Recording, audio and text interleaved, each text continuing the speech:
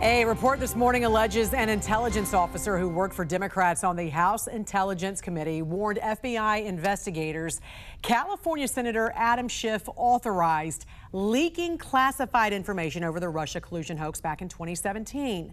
Well, joining us this morning to discuss this latest headline in that collusion conspiracy scandal is former FBI special agent in charge, Jody Weis. Jody, good morning to you. This latest information is allegedly from an FBI interview back in 2023 when that whistleblower said that Schiff called this all-staff meeting, and in that meeting, Schiff said the group would leak this classified intel because it was derogatory to Trump and would be used to indict him. Of course, this information, as we now know, is false, but what did you make of this allegation to begin with? You know, Jan, I feel like I'm in another chapter of a Robert Grisham novel. If this is true, this is absolutely shocking.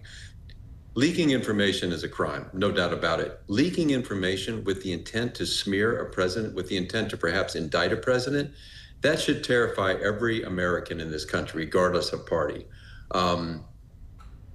If you think about it, though, I say I'm shocked, and maybe I'm not, because it kind of aligns with the referrals from Tulsi Gabbard, all with the intent to undermine an incoming president. So what I'm going to think interesting about this, just think if this allegation, when they do the investigation, can somehow be tied to the allegations referred by Tulsi Gabbard, then you have a conspiracy. And then the statute of limitation is no longer an issue. So I think as Americans, we just have to be patient and let the investigators follow the evidence. But this is a shocking revelation. Yeah, and I've not seen where Schiff has responded to this, although it is past the statute of limitations. However, it does come at a time when he's also under investigation for mortgage fraud allegations.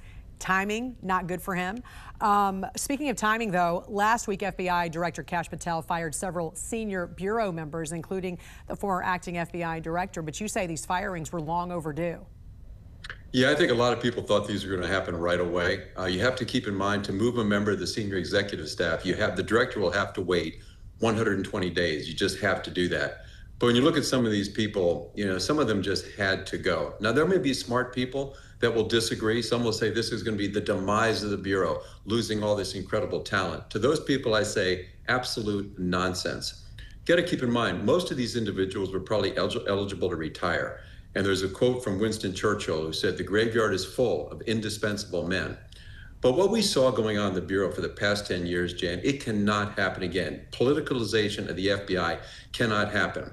And for change, you have to have a team that first recognizes there are a need for change. And I'd be willing to bet most of these people fired thought everything was just fine. And then once you get that team in place, they have to be willing to commit to make that change. So I think this had to happen. Can't have any question marks. The future of the FBI depends upon it regaining the trust and confidence of the American people. And that starts with leadership, and that starts with changing the culture. Didn't you do something like this when you became superintendent of the Chicago Police Department? Yeah, that was pretty controversial. When I got there, I talked and a lot of people, I read a lot of reports, and I just felt like I had to make a change. So about 1 month in, I moved 21 of the exempt personnel out. And just to make a clear message, actions of the past are no longer acceptable. But then think about it. If you've been doing something for 30 years and you believed in the system, how in the world can you suddenly adopt a new philosophy and go 180 degrees out? It can't happen. So changes had to be made.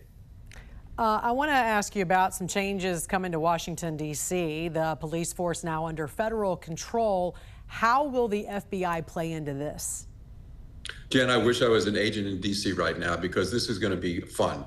For 30 days at least, they'll be running task forces. They'll team with the MPD. They'll be going after fugitives, all the hot spots, some of the open-air drug marketing. They're going to make criminals' lives in D.C. miserable, and hopefully that'll have a change. But the big problem, is Judge Jeanine Pirro brought up, is the juvenile crime.